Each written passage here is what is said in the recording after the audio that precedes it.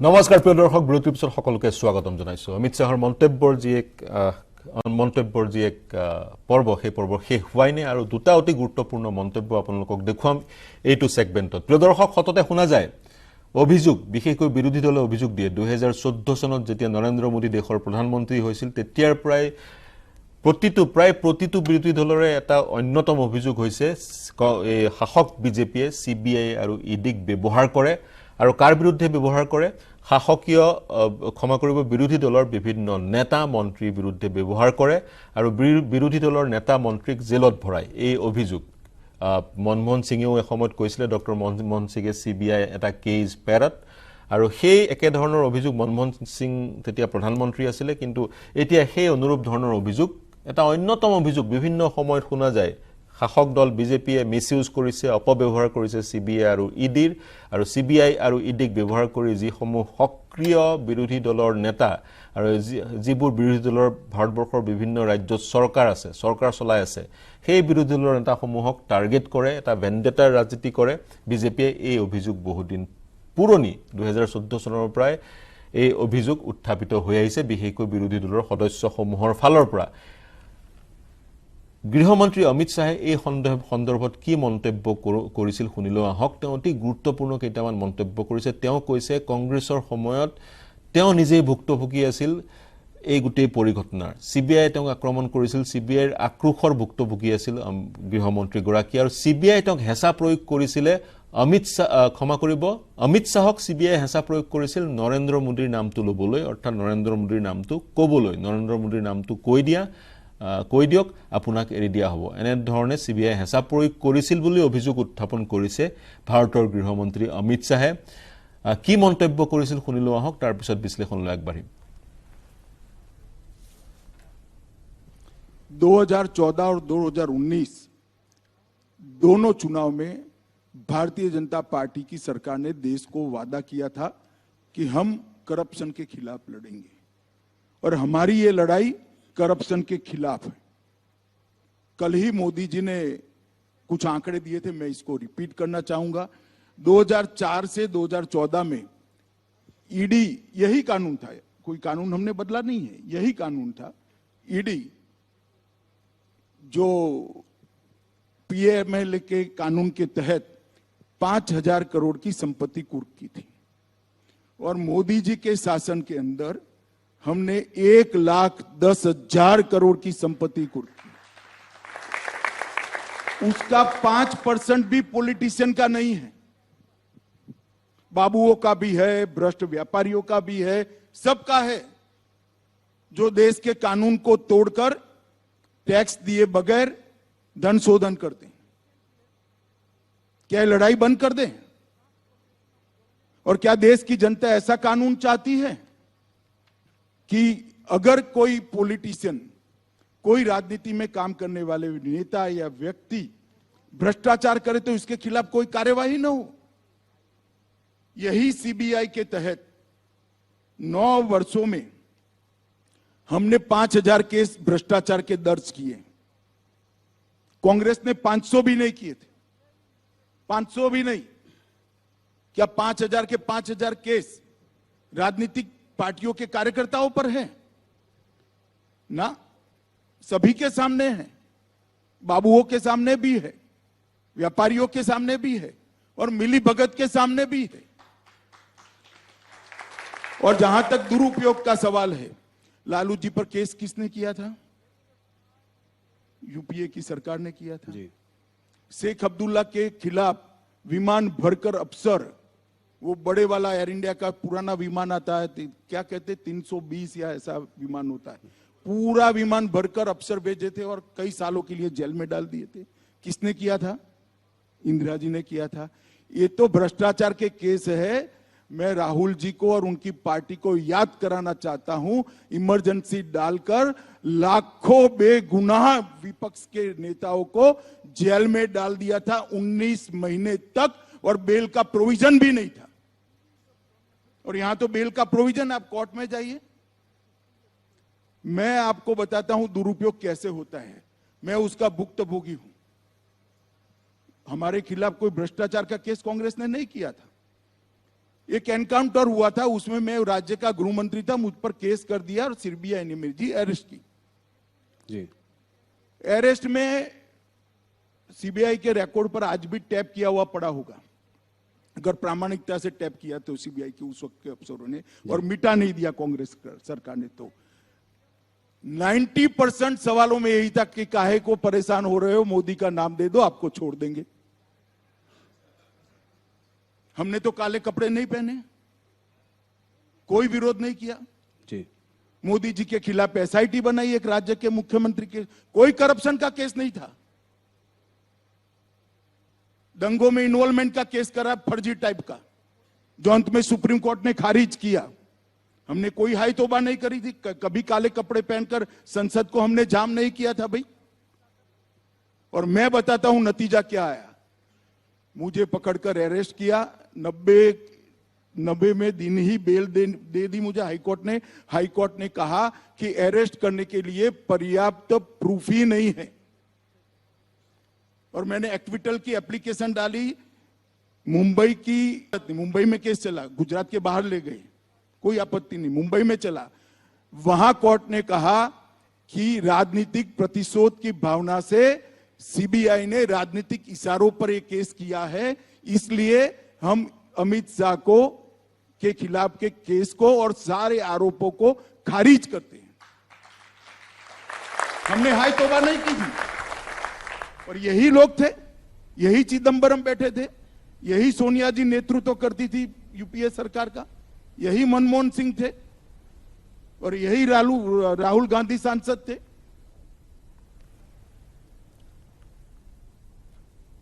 প্ৰিয় দৰ্শক, গৃহমন্ত্ৰীগৰাকীয়ে গুৰুতৰ অভিযোগ উত্থাপন কৰিছে। কংগ্ৰেছৰ শাসনকালত কংগ্ৰেছ দলে চৰকাৰে তেওঁৰ বিৰুদ্ধে চিবিআইক ব্যৱহাৰ কৰিছিল আৰু তেওঁ এগৰাকী ভুক্তভোগী। চিবিআইক অপব্যৱহাৰ কৰাৰ যি এক প্ৰৱণতা, সেই প্ৰৱণতাৰ ভুক্তভোগী। গোটেই যদি ঘটনাটো কওঁ প্ৰিয় দৰ্শক, সংক্ষেপত যদি কওঁ, সোহৰাবুদ্দিন শ্বেখ নামৰ এজন ব্যক্তিৰ ফেক এনকাউণ্টাৰ হৈছিলে। সোহৰাবুদ্দিন শ্বেখ নামৰ ব্যক্তিজনৰ বিৰুদ্ধে বহুকেইটা অভিযোগ আছিলে।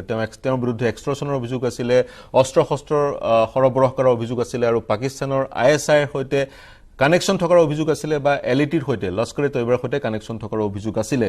আৰু তেওঁ গুজৰাটৰ যিবোৰ মাৰ্বলৰ বেপাৰী, সেই বেপাৰীসমূহৰ পৰা ধন তোলাৰ দাবী ধমকি দি ধন তোলাৰ এক্সট্ৰশ্যন কৰাৰ অভিযোগ আছিলে। সেই অভিযোগবোৰ এজন ব্যক্তিৰ বিৰুদ্ধে আছিলে। 2005 চনৰ 6 নৱেম্বৰ তাৰিখে এজন ব্যক্তিৰ হত্যা হৈছিলে, এজন ব্যক্তিৰ মৃত্যু হৈছিল।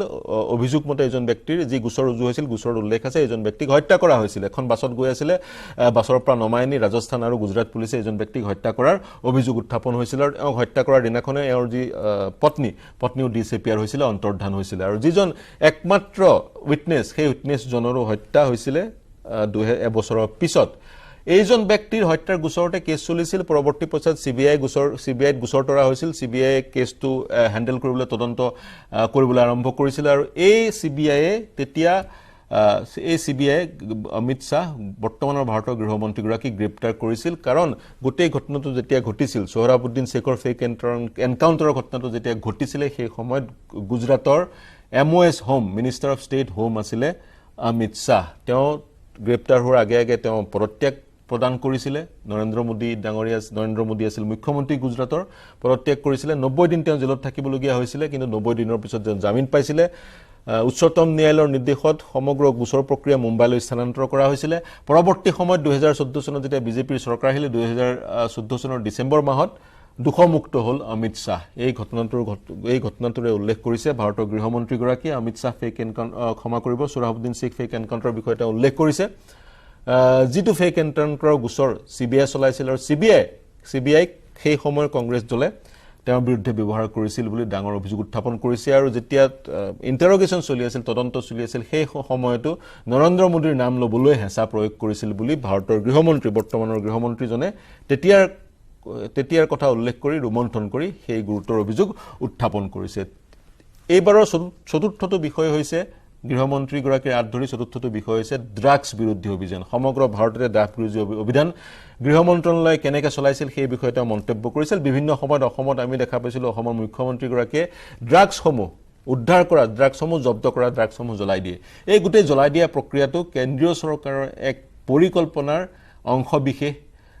অংশবিশেষ, আৰু কেন্দ্ৰীয় চৰকাৰৰ গোটেই পৰিকল্পনাটো কি, গৃহমন্ত্ৰী অমিত শ্বাহৰ পৰা শুনি লওঁ আহক।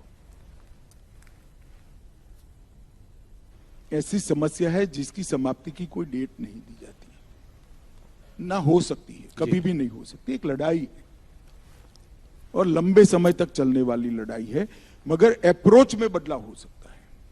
नरेंद्र मोदी जी के प्रधानमंत्री बनने के बाद ड्रग के खिलाफ लड़ाई में हमने अप्रोच एनकोड कर एक व्यवस्थापन 2020 से हम लेकर आए, जिस एनकोड के अंदर 4 स्तरीय व्यवस्था है। केंद्रीय स्तर पर 2 व्यवस्था है, एक राज्य स्तर पर है और एक जिला स्तर पर है। और एक सिर्फ पहले पुलिस और रेवेन्यू डिपार्टमेंट इसके खिलाफ लड़ते, अब होल ऑफ गवर्नमेंट अप्रोच के साथ हेल्थ डिपार्टमेंट, फार्मास्यूटिकल डिपार्टमेंट, इसके साथ समाज कल्याण विभाग, जेल, home ministry, revenue ministry, finance ministry और बॉर्डर सिक्योरिटी, तो नेवी, कोस्ट गार्ड, ये सारे सब इकट्ठा होकर इसके खिलाफ लड़े। वो व्यवस्था का नाम है एनकोड व्यवस्था, जो 2020 से हम लेकर आए और इसके कारण ड्रामेटिक परिवर्तन आंकड़ों में आया है जी। मैं आपको बताता हूं, पहले 9 साल में 630 करोड़ का ड्रग पकड़ा गया था और ये 9 साल में 22,000 करोड़ का ड्रग पकड़ा गया है। देश की जनता को भी शायद मालूम है, हर 3 महीना अपने हाथ से मैं ड्रग जलाता हूं जी, और 3 साल से जलाता हूं। 22,000 करोड़ रुपए का ड्रग, इसका मतलब ये नहीं ड्रग ज्यादा आने लगा है, इसका मतलब है ड्रग ज्यादा पकड़ा जाता है। हमने तंत्र को कठोरता के साथ काम करने की सूचनाएं दी है। और पहले ड्रग के खिलाफ जो केस होते हैं उसमें केस का अप्रोच होता था। एक आदमी ड्रग के साथ पकड़ा जाता है तो केस रजिस्टर कर लेते थे, संतुष्टि होती थी। अब ऐसा नहीं होता है, टॉप टू बॉटम और बॉटम टू टॉप अप्रोच लिया है। एक आदमी ड्रग के साथ पकड़ा जाता है तो वो कहां से लाया, वहां से लेकर देश में कहां से आया, वहां तक इन्वेस्टिगेशन होता है। और देश की सरहद पर पकड़ा जाता है तो जहां से पकड़ा गया वहां से कहां पान की दुकान तक जाना था, वहां तक का इन्वेस्टिगेशन होता है जी। तो टॉप टू बॉटम और बॉटम टू टॉप इन्वेस्टिगेशन के कारण आज पूरे तंत्र पर उनकी जो सिस्टम है इस पर एक कुठाराघात करने का काम नरेंद्र मोदी सरकार ने किया है। और मैं मानता हूं कि इस लड़ाई के अंदर विशेषकर युवाओं ने जुड़ना चाहिए। ये हमारे देश की भविष्य की पीढ़ी को खोखला बनाती है, ये जाली नोटों के व्यापार को बढ़ावा देता है, ये षड्यंत्र, ये ड्रग ट्रैफिकिंग से ही टेरर फंडिंग होती है, ये हथियारों की तस्करी को भी बढ़ावा देता है और हमारे बच्चों को उनके जीवन के आनंद से गुमराह करता है। और हमारी सरकार का स्पष्ट अप्रोच है कि जिस बच्चे को ड्रग की आदत पड़ती है वो तो विक्टिम है, व्यापार करते हैं वो गुनहगार है। और दोनों के लिए हमारा अलग अलग अप्रोच है। जो विक्टिम है उसको रिहेबिलिटेशन सेंटर पर ले जाओ और जो व्यापार कर रहे हैं उनको कभी न बाहर आ पाए, इस प्रकार के कानून से जेल की सलाखों के पीछे डालो। প্ৰিয় দৰ্শক, এয়া আছিল কেন্দ্ৰীয় চৰকাৰৰ ড্ৰাগছ বিৰোধী অভিযানৰ বিষয়ে বৰ্ণনা কেন্দ্ৰীয় গৃহমন্ত্ৰী অমিত শ্বাহগৰাকীয়ে কৰিছে। বিগত বছৰটোত 2020 চনৰ পৰা যি 4 তৰপীয়া ব্যৱস্থা ড্ৰাগছ বিৰোধী অভিযানৰ সেই ব্যৱস্থা 2020 চনৰ পৰা আৰম্ভ হৈছিলে। 2টা তৰফ কেন্দ্ৰীয় স্তৰত, কেন্দ্ৰীয় চৰকাৰৰ স্তৰত, এটা তৰফ ৰাজ্য চৰকাৰৰ স্তৰত আৰু এটা তৰফ জিলা পৰ্যায়ত, এই 3 তৰপীয়া ব্যৱস্থাৰে ড্ৰাগছ বিৰোধী অভিযান আৰম্ভ কৰিছিল কেন্দ্ৰীয় চৰকাৰে 2020 চনৰ পৰা। পূৰ্বতে কেৱল ৰাজহ ডিপাৰ্টমেণ্ট বিভাগ আৰু পুলিচ বিভাগ জড়িত হৈছিল। সমগ্ৰ প্ৰক্ৰিয়াত কোনোবা যদি ড্ৰাগছৰ সৈতে ধৰা পৰে এটা গোচৰ ৰুজু হৈছিল, যাৰ হাতত ড্ৰাগছ পোৱা গৈছে সেই ব্যক্তিজনৰ বিৰুদ্ধে গোচৰ ৰুজু হৈছিল। কিন্তু এতিয়া সেই ব্যক্তিজনৰ আঁত ধৰি তদন্ত কৰি বহুকেইটা বিভাগ ইনভলভ হৈ, পুলিচ, ফাৰ্মাচিউটিকেল ডিপাৰ্টমেণ্ট, জেল ইত্যাদি বহুকেইটা বিভাগ ইনভলভ হৈ, বৰ্ডাৰ সিকিউৰিটি বহুকেইটা বিভাগ ইনভলভ হৈ এই ড্ৰাগছৰ উৎস ক'ত, ক'ৰ পৰা আহিছে, কোনখন দোকানলৈ যাব, কোনে ক্ৰয় কৰিব, কোন মিডলমেন মাজত জড়িত হৈছে, সকলো উৎখাত কৰাৰ চেষ্টা কৰা হয়।